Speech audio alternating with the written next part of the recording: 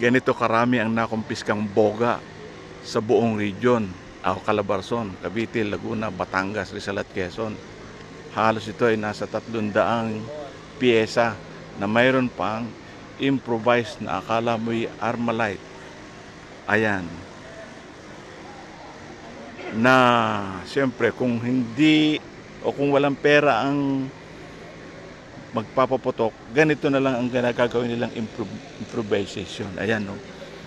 Lata ng tinapay, lata ng sardinas, PVC, plastic, bottle ng soft drinks. Ayan, karaniwan, lata ng sardinas na pinagdugsong-dugsong.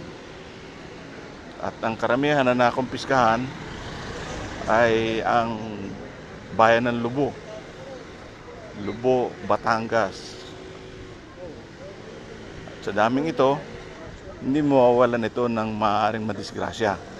At sa masusing aksyon at mabilis na pagganap ng kapulisan sa bawat lalawigan ay nakumpiska itong mga boga na ito.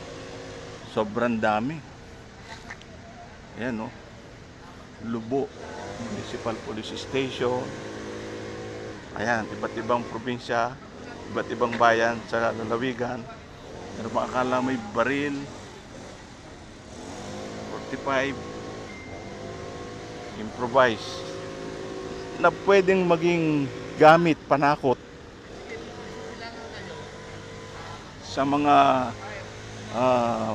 kanilang peperwisyuhin o pipinsalain. So ayan, sa daming yan, makakaligtas na yung ilan nating mga kababayan na hindi maputukan. Ito yung mga hindi pangkaraniwan.